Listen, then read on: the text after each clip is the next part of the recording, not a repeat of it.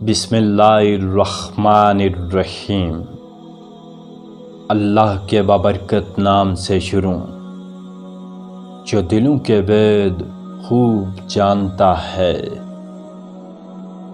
حضرت مالک بن دینار رحمۃ اللہ علیہ ارشاد فرماتے ہیں کہ خود غرضی کی 1 سال کی عبادت سے سچے دل سے 1 دن کی عبادت بدرجہ بہتر ہے۔ بچوں کی زبان غیبی زبان ہوتی ہے، وہ اپنی طرف سے کچھ نہیں کہتے۔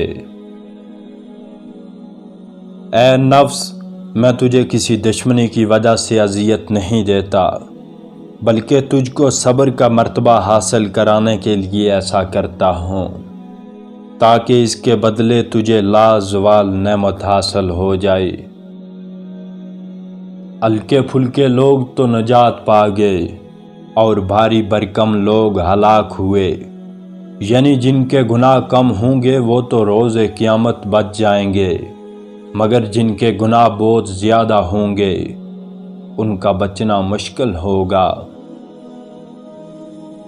ہم نفس کے ایسے پجاری ہیں کہ خدا کو چھوڑ کر دوسروں سے اعانت کے طالب ہوتے ہیں۔ جب میں نے مخلوق کو اچھی طرح پہچان لیا تو مجھ کو اس کی قطعاً خواہش نہ رہی کہ مجھے کوئی نیک کہے یا بد کہے۔ جس سے روز قیامت کوئی فائدہ حاصل نہ ہو، اس کی صحبت کا کیا فائدہ؟ میرے نزدیک اخلاص سے بہتر کوئی عمل نہیں ہے۔ اللہ تعالیٰ نے حضور صلی اللہ علیہ وآلہ وسلم کی امت کو 2 نعمتیں عطا فرمائیں، جو جبرائیل علیہ السلام اور میکائیل علیہ السلام کو بھی عطا نہیں ہوئی۔ اول نعمت یہ ہے کہ تم مجھے یاد کرو، میں تمہیں یاد کروں گا۔ دوسری نعمت یہ ہے کہ تم مجھے پکارو، میں تمہیں پکاروں گا۔ میرے نزدیک دنیا تو فالودے کی مانند ہے، جو ظاہر میں خوش رنگ اور باطن میں بدمزہ ہوتا ہے۔ دین ایک روشن دلیل ہے اور اس میں نرمی اور آہستگی کے ساتھ مشغول رہو۔ دنیا میں اللہ کا ذکر بہت بڑی نعمت ہے اور آخرت میں اس سے اجر عظیم حاصل ہوگا۔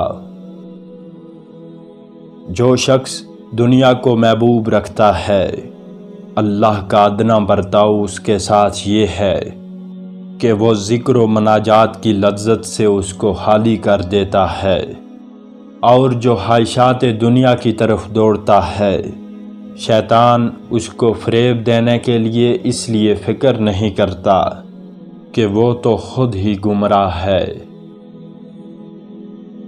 تقدیر الہی سے جو راضی رہتا ہے، اسے عذاب حشر سے نجات مل جاتی ہے۔ جس نے اپنے نفس پر قابو پا لیا، وہ سمجھ لے کہ اس نے اپنی آخرت کے لیے بہتر سامان کر لیا۔ سادہ اور درویشانہ زندگی بسر کرنا درویشوں ہی کا شیوا ہے۔ سب سے مشکل کام نفس کے خلاف جہاد کرنا ہے۔ جس شخص کو دم آخر دشواری نظر آئے تو سمجھ لو کہ وہ کم تولنے والا اور سود کھانے والوں میں سے تھا۔